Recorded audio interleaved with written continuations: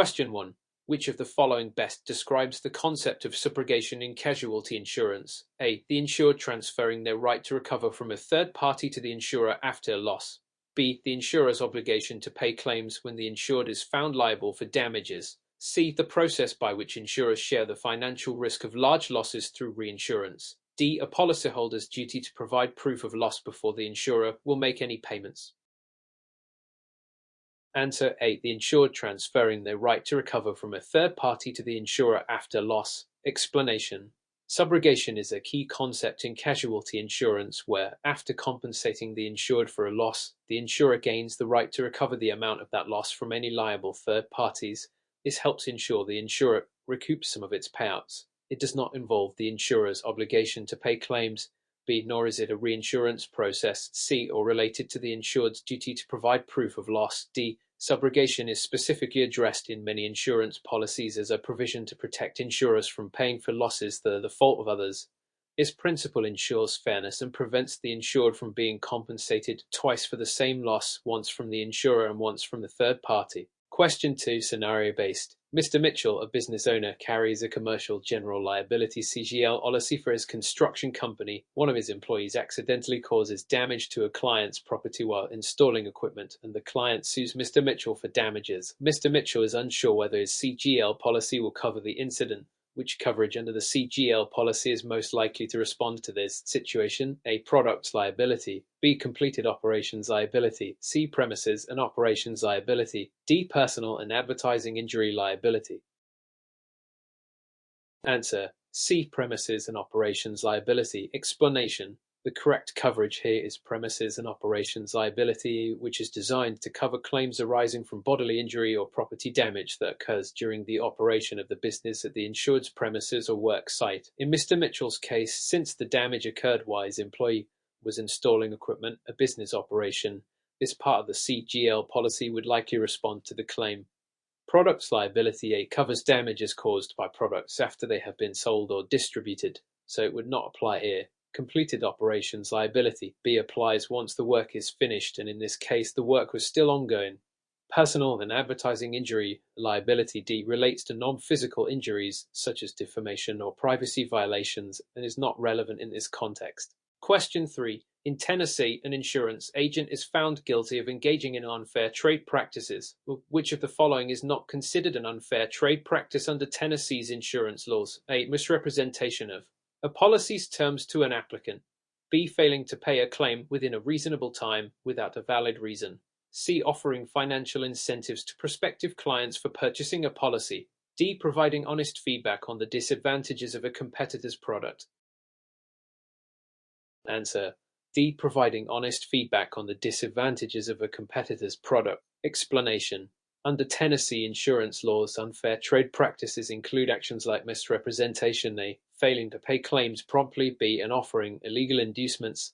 C. These practices are all considered unethical and prohibited under the state's Unfair Trade Practices Act. However, providing honest feedback about a competitor's product D is not an unfair trade practice as long as the feedback is accurate and not misleading. Insurers and agents are allowed to make factual comparisons between products provided they do not misrepresent or disparage competitors. Misrepresentation A is particularly serious as it violates the trust between the insurer and policyholder and can lead to regulatory penalties. Question 4. What is the primary distinction between an occurrence form and a claims-made form in liability insurance? A. An occurrence form covers claims made during the policy period, while a claims-made form covers only incidents that occurred during the policy period. B. An occurrence form covers incidents occurring during the policy period, regardless of when the claim is filed, while a claims-made form only covers claims filed during the policy period. C. An occurrence form covers claims for bodily injury only, while a claims-made form covers both bodily injury and property damage. D. An occurrence form is typically more expensive than a claims-made form due to its broader coverage. Answer. B. An occurrence form covers incidents occurring during the policy period, regardless of when the claim is filed, while a claims-made form only covers claims filed during the policy period. Explanation. The distinction between occurrence and claims-made forms is crucial in understanding liability insurance. An occurrence form responds to claims for incidents that occur during the policy period, regardless of when the claim is actually made. In contrast, a claims made form only covers claims that are filed during the policy period as long as the event occurred after a specified retroactive date. This means that a claims made policy might not provide coverage for claims made after the policy has expired unless a tail coverage extension is purchased. Understanding this distinction is vital for policyholders and agents as it influences coverage availability and premium costs. Question 5. Under Tennessee law, which of the following statements is true regarding workers' compensation insurance? A. Employers can choose whether or not to provide workers' compensation coverage for their employees. B. Tennessee law mandates that employers carry workers' compensation insurance if they have 5 or more employees. C. Employees are not eligible for workers' compensation benefits if they are injured while traveling to or from work. D. Workers' compensation benefits in Tennessee are limited to medical expenses and do not cover lost wages. Answer. B. Tennessee law mandates that employers carry workers' compensation insurance if they have 5 or more employees. Explanation. In Tennessee, employers are required by law to provide workers' compensation insurance if they have 5 or more employees. This law is designed to protect workers who suffer job-related injuries or illnesses. Option A is incorrect because the law mandates coverage, not optionality. Option C is also incorrect, as injuries sustained while commuting may be compensable under certain circumstances, such as if the employee was performing work-related tasks during the commute. Finally, option D is inaccurate because workers' compensation benefits include not just medical expenses, but also wage replacement and rehabilitation costs. Question 6. Scenario-based. MS. Thompson runs a small cafe in downtown Nashville and has purchased a business owner's policy, BOP, to protect her business. Recently, a patron slipped and fell on a wet floor in her cafe and is now suing for medical expenses and pain and suffering. Which coverage in her BOP is most likely to provide protection in this situation? A. Business interruption insurance. B. Premises liability coverage. C. Products liability insurance. D. Employee dishonesty coverage. Answer. B. Premises liability coverage. Explanation. In this scenario, the most relevant coverage under MS Thompson's business owner's policy is the premises liability coverage, which protects against claims arising from injuries occurring on the insured premises. The claim for medical expenses and pain and suffering due to a slip and fall incident directly falls under this coverage. Business interruption insurance covers loss of income due to a covered event affecting business operations, not liability claims. Products liability insurance (C) applies to claims resulting from injuries or damages caused by products sold or distributed by the business, which is not applicable here. Employee dishonesty coverage (D) protects against losses due to employee theft or fraud unrelated to customer injuries. Question 7. In the context of Tennessee's insurance laws, what is the maximum penalty that the Tennessee Department of Commerce and Insurance can impose for a violation of insurance regulations? A. $5,000 per violation. B. $10,000 per violation. C. $25,000 per violation. D. $50,000 per violation. Answer. C. $25,000 per violation. Explanation. Tennessee law allows the Department of Commerce and Insurance to impose penalties of up to $25,000 for each violation of insurance regulations. This penalty can apply to various violations, including unfair trade practices and licensing infractions. Options A, B, and D are incorrect as they do not reflect the maximum statutory limits established by Tennessee law. These penalties serve as a deterrent against non-compliance and help maintain ethical standards within the insurance industry. Question 8. Which of the following statements best describes indemnity and casualty insurance? A. The process of determining the value of a loss before payment is made. B. A provision that allows the insurer to take legal action against a responsible third party after a loss. C. The principle that prevents the insured from profiting from a loss by ensuring compensation is limited to the actual loss incurred. D. The requirement for the insured to disclose all prior claims when applying for coverage. Answer.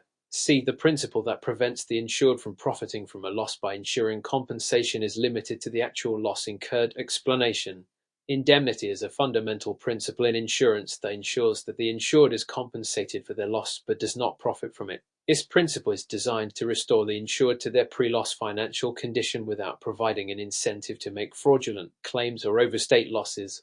Option A describes loss assessment but does not capture the essence of indemnity. Option B refers to subrogation, which is a separate concept, and option D relates to the application process but does not define indemnity. Question 9. Under the Tennessee Financial Responsibility Law, what is the minimum liability coverage required for private passenger vehicles? A. $15,000 for bodily injury per person and $30,000 for bodily injury per accident. B. $25,000 for bodily injury per person and $50,000 for bodily injury per accident. C. $30,000 for bodily injury per person and $60,000 for bodily injury per accident. D. $50,000 for bodily injury per person and $100,000 for bodily injury per accident. Answer: B. $25,000 for bodily injury per person and $50,000 for bodily injury per accident. Explanation: Tennessee's financial responsibility law mandates that drivers maintain a minimum liability coverage of $25,000 for bodily injury per person and $50,000 for bodily injury per accident. This coverage is essential to ensure that drivers can meet their financial obligations in the event of an accident. Option A is below the minimum requirement, while options C and D exceed the state-mandated minimum. Understanding these coverage requirements is vital for both consumers and insurance professionals to ensure compliance with state laws and adequate financial protection. Question 10. Which of the following statements regarding liability limits in an insurance policy is correct? A. The aggregate limit is the maximum amount the insurer will pay for all claims during the policy period, regardless of the number of claims. B. The per occurrence limit is the total amount payable for all claims arising from a single incident, regardless of the number of claimants. C. The per person limit applies to all claims made by an individual claimant, regardless of the total number of claims filed. D. Both the per occurrence and aggregate limits can be exceeded in cases of gross negligence. Answer A. The aggregate limit is the maximum amount the insurer will pay for all claims during the policy period, regardless of the number of claims. Explanation: The aggregate limit in an insurance policy represents the maximum amount an insurer will pay for all covered claims during a specified policy period, regardless of the number of incidents or claimants involved. Option B is partially correct. While the per occurrence limit does pertain to claims arising from a single incident, it does not account for multiple claimants as described. Option C misinterprets the per person limit, which specifically pertains to the maximum payout to an individual claimant per incident.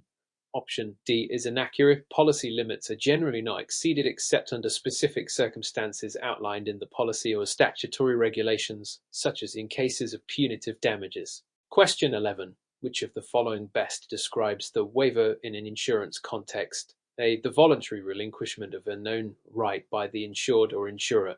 B. A formal agreement between the insurer and insured to modify the policy terms. C. The obligation of the insured to disclose all relevant information during the underwriting process. D. The process of an insurer transferring the risk of loss to another party. Answer A. The voluntary relinquishment of a known right by the insured or insurer. Explanation: In insurance, a waiver refers to the voluntary relinquishment of a known right or privilege. This can occur when an insurer decides not to enforce a provision of the policy or when an insured fails to comply with a condition but the insurer chooses to overlook it. Option B describes a contract modification, while C refers to the duty of disclosure. Option D describes reinsurance, which is a different concept entirely. Question 12. In Tennessee, what is the primary purpose of the financial responsibility law? A. To ensure that all vehicles are insured to the full value of their market price. B. To guarantee that drivers can pay for damages resulting from vehicle accidents. C. To allow drivers to choose their own insurance coverage limits without state minimums. D. To provide subsidies for low-income drivers to obtain auto insurance. Answer B. To guarantee that drivers can pay for damages resulting from vehicle accidents. Explanation: The financial responsibility law in Tennessee is designed to ensure that drivers can cover damages they cause to others in the event of an accident. This law establishes minimum liability insurance requirements that drivers must carry, thereby protecting the public from uninsured losses. Option A is incorrect because the law focuses on liability coverage, not the market value of vehicles. Option C is also inaccurate as it sets minimum limits. Option D does not accurately represent the law's purpose. Question 13, scenario-based. Mr. Smith, a contractor, has a general liability insurance policy. During a project, one of his employees accidentally damages a client's property while using heavy machinery. Which coverage in Mr. Smith's policy would most likely address this incident? A. Professional liability coverage. B. Commercial auto liability coverage. C. Completed operations coverage. D. General liability coverage. Answer: D. General liability coverage. Explanation: in this scenario, general liability coverage is designed to protect against claims of bodily injury or property damage arising from the operations of the insured, including damage caused by employees during work. Option A. Professional liability coverage applies to errors or omissions in professional services. Option B relates to liability arising from the use of vehicles, which is not applicable here. Option C refers to coverage for claims arising from work completed after the project has ended, but it does not directly address the employee's action during the project. Question 14. Under Tennessee law, which of the following statements regarding uninsured motorist coverage is true? A. Uninsured motorist coverage is optional for all drivers in Tennessee. B. The minimum required limit for uninsured motorist coverage is the same as the state's minimum liability limits. C. Uninsured motorist coverage can only be purchased in conjunction with comprehensive and collision coverage. D. Insurers are not required to offer uninsured motorist coverage to their policyholders. Answer: B. The minimum required limit for uninsured motorist coverage is the same as the state's minimum liability limits. Explanation: in Tennessee, uninsured motorist coverage is a critical protection that must be offered to policyholders with minimum limits that match the state's required liability limits. Option A is incorrect because while drivers can reject coverage in writing, it is typically offered as mandatory. Option C mischaracterizes the relationship of uninsured motorist coverage with other coverages, as it can be purchased separately. Option D is also incorrect because insurers are required to offer this coverage. Question 15. Which of the following is not considered a covered loss under standard homeowners insurance policy? A. Damage from a fallen tree during a storm. B. Theft of personal property from the home. C. Flood damage resulting from heavy rains. D. Liability for injuries sustained by a guest on the property.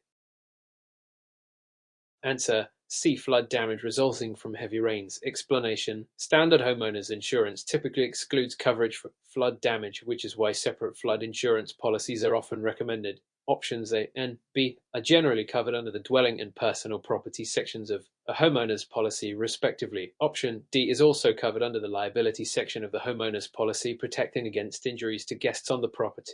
Question 16. In Tennessee, what is the purpose of the Deceptive Trade Practices Act? A. To regulate the rates charged by insurers for various insurance products. B. To provide consumers with protection against unfair or deceptive business practices in trade and commerce. C. To outline the requirements for insurance policy forms and their content. D. To establish a state-run insurance pool for high-risk individuals. Answer: B. To provide consumers with protection against unfair or deceptive business practices in trade and commerce. Explanation: the Deceptive Trade Practices Act is designed to protect consumers from fraudulent or misleading business practices across various industries, including insurance. This law empowers the state to take action against businesses that engage in deceptive practices. Option A refers to insurance rate regulation but does not encompass the purpose of this act. Option C relates to policy form requirements, and Option D describes a specific insurance pool rather than addressing deceptive practices. Question 17, scenario-based. A small manufacturing business experiences a fire that destroys its entire facility, leading to a halt in operations for several months. Which type of insurance coverage would be essential for this business to recover its lost income during this period? A. Business personal property coverage. B. Business interruption insurance. C. Liability insurance. D. Workers' compensation insurance. Answer: B. Business interruption insurance. Explanation: business interruption insurance is crucial for businesses like the one described, as it covers loss of income resulting from a covered event, such as a fire, that disrupts normal operations. This coverage helps the business recover lost profits and pay ongoing expenses during the downtime. Option A protects physical assets, while C covers liability claims and D pertains to employee injuries, neither of which would address lost income due to operational interruptions. Question 18. What is the primary function of an insurance policy? Is it deductible? A. To provide coverage limits for specific types of claims. B. To determine the premium amount based on the insured's risk profile. C. To establish the amount the insured must pay out of pocket before the insurer pays a claim. D. To set the maximum payout the insurer will provide for any claim. Answer: C. To establish the amount the insured must pay out of pocket before the insurer pays a claim. Explanation: the deductible in an insurance policy represents the amount the insured is responsible for paying before the insurance coverage kicks in for a claim. This helps to share the risk between the insurer and the insured and often results in lower premiums for policies with higher deductibles. Options A and D pertain to coverage limits and payout maximums but do not define the function of a deductible. Option B incorrectly suggests that deductibles influence premium calculation based on risk profile. Question 19. Which of the following would be covered under a standard personal auto insurance policy? A. A vehicle used for business purposes. B. A rental car driven while on vacation. C. A motorcycle owned by the insured. D. A vehicle that is not listed on the policy. Answer: B. A rental car driven while on vacation. Explanation: a standard personal auto insurance policy typically provides coverage for rental vehicles as long as they are used for personal purposes. Option A is incorrect because business use generally requires a commercial auto policy. Option C would not be covered unless the motorcycle is specifically listed on the policy. Option D also is not covered since vehicles not listed on the policy are typically excluded from coverage. Question 20. In Tennessee, which of the following scenarios would NOT typically result in? A claim under homeowner's insurance policy. A. Damage from a tornado. B. Accidental damage to a neighbor's property during a home renovation. C. Intentional damage caused by the insured. D. Theft of jewelry during a break-in. Answer: C. Intentional damage caused by the insured. Explanation: intentional damage caused by the insured is typically excluded from coverage under a homeowner's insurance policy. Insurance policies generally do not cover losses that result from the insured's intentional acts. Options A, B, and D all describe covered scenarios. Tornado damage is covered under the peril section. Accidental damage to a neighbor's property could fall under liability coverage, and theft of personal property is covered under personal property coverage. Question 21. What is the primary purpose of subrogation in insurance? A. To transfer the risk of loss from one insurer to another. B. To allow an insurer to seek reimbursement from a third party after paying a claim. C. To provide coverage for losses that occur during the policy term. D. To reduce the premium costs for policyholders. Answer: B. To allow an insurer to seek reimbursement from a third party after paying a claim. Explanation: subrogation allows an insurer to pursue recovery from a third party who may be responsible for a loss after the insurer has paid the claim.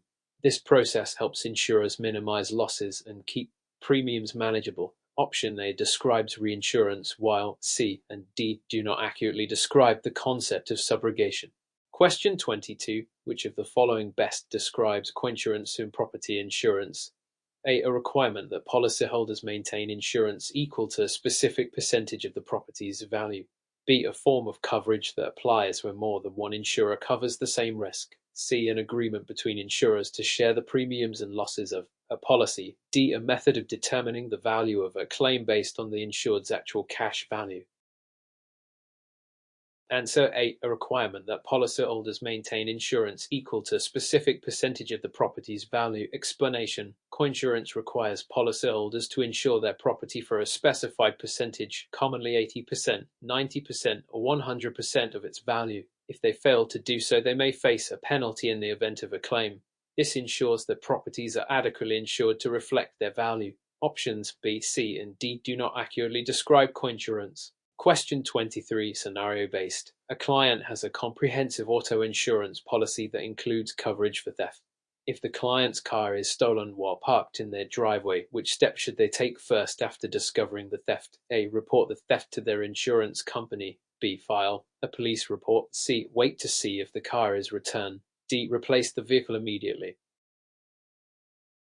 Answer: B. File a police report. Explanation: the first step after discovering a vehicle theft is to file a police report, as this is necessary for documenting the incident and is often required by the insurance company before they process a theft claim. Once the police report is filed, the client can then notify their insurance company Options C and D are inappropriate actions to take initially, and while A is important, it should come after notifying the police. Question 24. In Tennessee, what is the minimum liability coverage required for personal auto insurance? A. $15,000 for bodily injury per person and $30,000 per accident.